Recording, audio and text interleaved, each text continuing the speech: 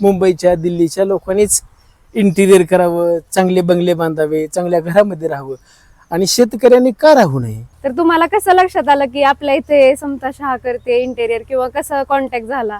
तुम्ही पहिला प्रश्न केला की तुम्ही शेतकरी आहात. भारत हा कृषीप्रधान देश आहे आणि आम्ही शेती केली तर शहरातल्या लोकांना त्यांची दैनंदिन रोटी जी आहे ती मिळणार आहे. बरोबर. आणि याची जाणीव आम्हाला आमच्या मनामध्ये असल्यामुळं आम्ही शेती करत असताना सुद्धा आमच्या मनामध्ये असं वाटलं की मुंबईच्या दिल्लीच्या लोकांनीच इंटिरियर करावं, चांगले बंगले बांधावे, चांगल्या घरामध्ये राहावं आणि शेतकऱ्यांनी का राहू नये, हाच खरं तर पहिला प्रश्न होता.